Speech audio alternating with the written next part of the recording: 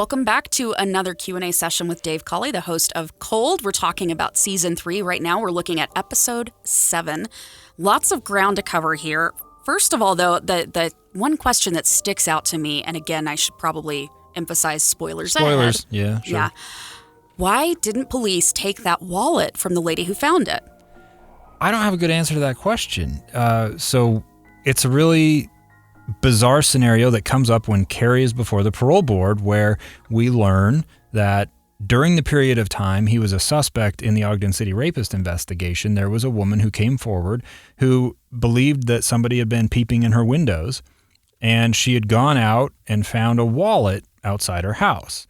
Inside the wallet is an ID card for a man named Cary Hartmann. She turned that over to the South Ogden Police Department where she lived, and they promptly put that in a drawer and it appears forgot about it. And so it's not until years later when Cary Hartmann is arrested that these investigators start piecing together this part of the story.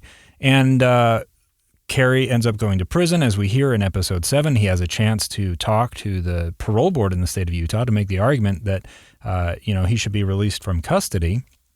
And the parole board wants to know about this wallet.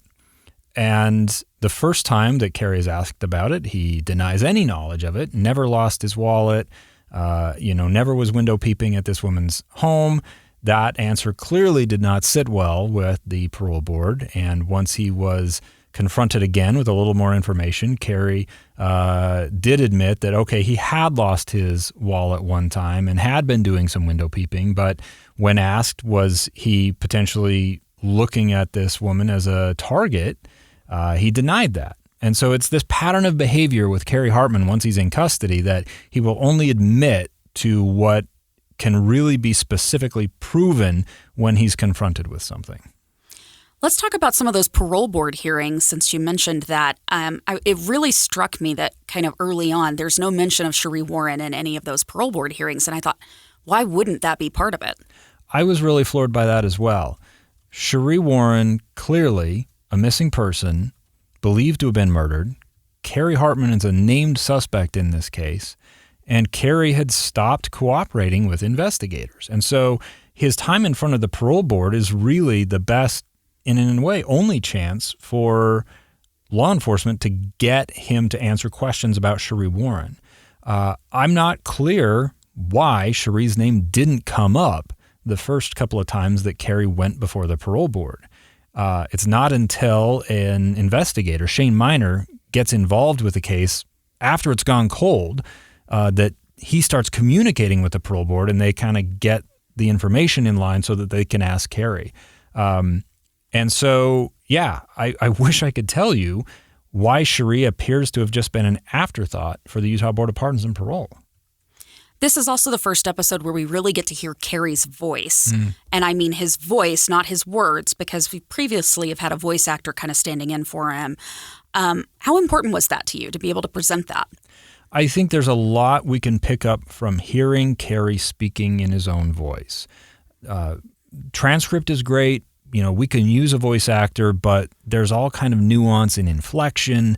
There are, the back and forth of hearing how long it takes him to answer a question. Is he quick? Is he, thoughtful about it? Does he stammer? These things help us understand what kind of response is this man really giving when he's confronted with these hard questions. It bothers me that in this whole season, we don't hear Sheree's voice.